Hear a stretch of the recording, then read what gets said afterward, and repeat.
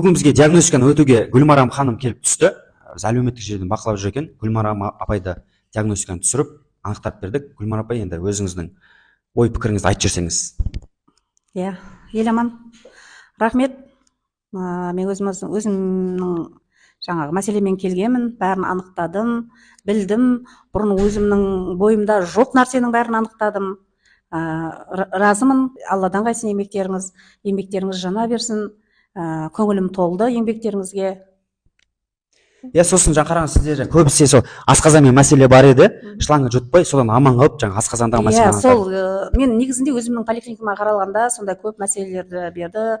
Рентгенге түс деген сияқты, зонд жұт дегенде, сол зонд жұтқан келмей, сол осы Еламанға келдім. Сөйтсем асқазаннан басқа ішектер бәрін анықтам, өзің көзіңмен көріп отырады екенсіз.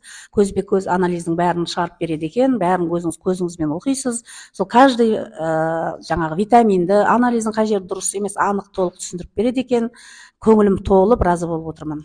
Рахмет сізге Гүлмарам апай, жақсы келіп тұрыңыз. Жақсы сау болыңыз.